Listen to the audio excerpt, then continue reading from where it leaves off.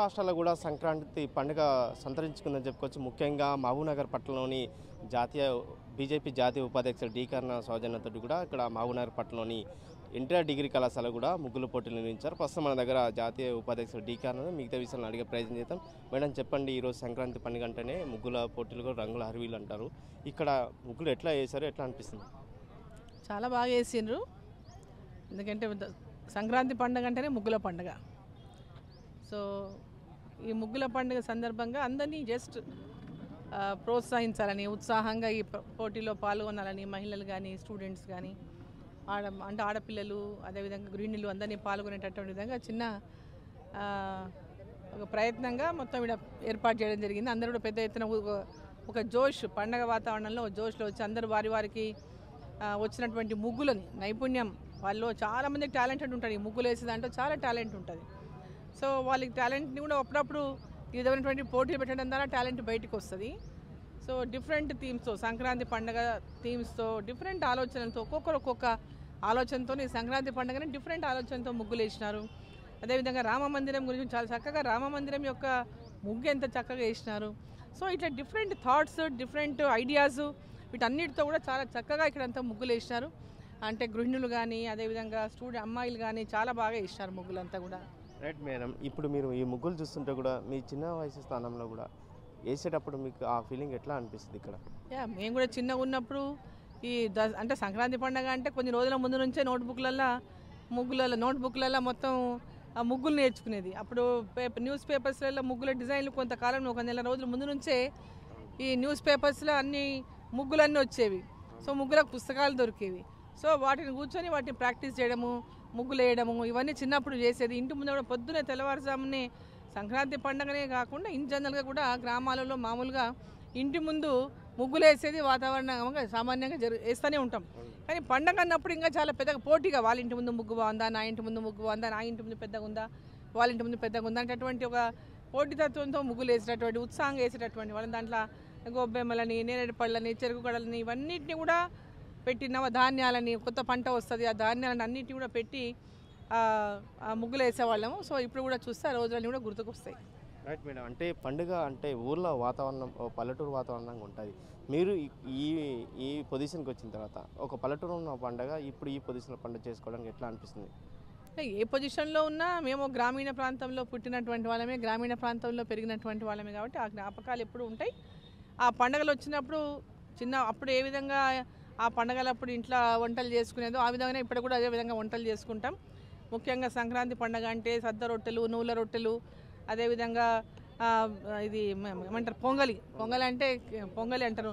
నువ్వులు, బెల్లము, కొత్త బియ్యము, కొత్త పప్పు, కొత్త నువ్వులు ఇవన్నీ వేసి కూడా పులగం చేస్తాము, పచ్చి పులుసు చేస్తాము, వంకాయ కూర చేసుకుంటాము. సో దాంతోపాటు ఇక అనేకంగా ఇప్పుడు నువ్వుల కర్జకాయలు చేసుకుంటాం. అని నువ్వులతో ఎక్కువ వంటకాలు ఈ సంక్రాంతి పండగకి చేసుకుంటాం కాబట్టి అవన్నీ కూడా ఇప్పుడు కూడా చేసుకుంటాము. లేదంటే ఎవరెవరు పంపిస్తూనే ఉంటారు, వారి ఇంట్లో చేసుకున్న వంటలు ఇంకోరి ఇంట్లోకి పంపిస్తూనే ఉంటారు. సో ఇవన్నీ కూడా ఒక మన సంస్కృతి, మన యొక్క ఒక్కొక్క పండుగకు ఒక్కొక్క సంస్కృతి ఉంది. ఆ సంస్కృతిని కొనసాగిస్తూ ఉన్నాం, ఇప్పటికి కూడా కొనసాగుతూ కూడా ఉంది. రైట్ మేడం, అంటే తెలంగాణ రాష్ట్రం అవతరించిన తర్వాత ఈ సంక్రాంతి పండుగ అంటే ఒక ఆంధ్ర ప్రాంతంలో చాలా సెలబ్రేషన్ చేస్తారు. కానీ ఇక్కడ కూడా ఈ పండుగని ఈ 3 రోజుల పాటు చేసుకోవడం అంటే ఒక తెలంగాణ ప్రాంతానికి ఉన్న సంక్రాంతి పండుగ, ఈ పండుగ తెలంగాణ రాష్ట్రంలో కూడా ఇది కూడా అంతరించిపోతారు, ఇక్కడ ఇంకా తీసుకొస్తారు. ఆంధ్ర ప్రాంతంలో వాళ్ళకు కూడా పెద్ద పండుగ సంక్రాంతి, మనకు కూడా పెద్ద పండుగనే. వాళ్ళు చేసేటటువంటి పండుగ సంక్రాంతి వాళ్ళు పెద్ద పండుగ చేస్తారు. మనం కూడా సంక్రాంతిని చాలా బ్రహ్మాండంగా చేసుకుంటాం. ఎందుకంటే కొత్తగా పండించిన పంటలన్నీ ఇంటికి వచ్చేటటువంటి సమయం ఇది. సో ఈ సందర్భంగా ఈ యొక్క పండుగని కూడా అందరూ కూడా చాలా పెద్దగా ఎత్తుననే తెలంగాణలో కూడా చేసుకుంటారు.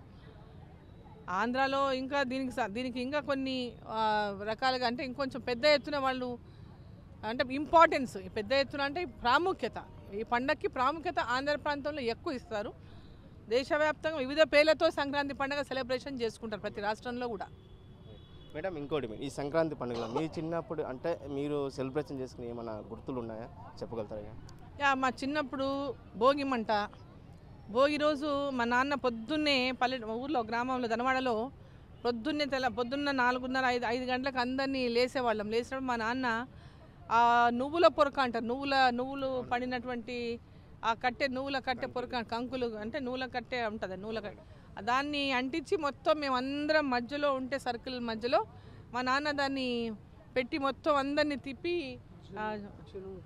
చేసి అంటే మొత్తం ఇట్లా చేతితోనే పెట్టుకొని మొత్తం తిప్పేవాడు అనమాట. మేమందరం మధ్యలో మా నాన్నని పట్టుకొని ఉండేవాళ్ళం. సో అట్లా అది ఎప్పుడు గుర్తుంటుంది. సో మా ఫాదర్ చిన్నప్పుడు మమ్మల్ని అందరినీ పిల్లలందరినీ మధ్యలో తను చుట్టుముట్టు పెట్టుకొని చుట్టుముట్టు ఆ నూల కట్టెతో ఆ నూల కంకితో మొత్తం అంటే ఎట్లయితే కట్టె తిప్పుతారో అట్లా దాన్ని అంటించినటువంటి కట్టెని తిప్పేవాడు. ఎందుకంటే జనరల్గా అప్పుడు చలి ఉంటుంది. ఈ సీజన్లో చలికాలంలో పొద్దున్నే మనం చలి మంటలు వేసుకోవడం కూడా గ్రామాల్లో మనం చూస్తాం. అంటే ఇప్పుడు తగ్గిపోయింది అనుకో, వాతావరణం రోజు రోజుకు మారుతుంది, చలి మంటలు కూడా తగ్గిపోయినాయి. సో అప్పుడు పెద్ద ఎత్తున గ్రామాల్లో పొద్దున్నే లేచినప్పుడు చలిమంట వేసుకొని ఆ చలిమంటలు ఉండేవాడు. సాయంత్రం కూడా చలిమంటలు వేసుకునేటువంటి పరిస్థితి ఆ రోజు ఉండేది. సో అవన్నీ కూడా ఎప్పటికీ గుర్తు వస్తుండే. ఇవన్నీ మర్చిపోయినటువంటి జ్ఞాపకాలు, తీపి గుర్తులు, ఇవన్నీ కూడా తీపి జ్ఞాపకాలు. Thank you.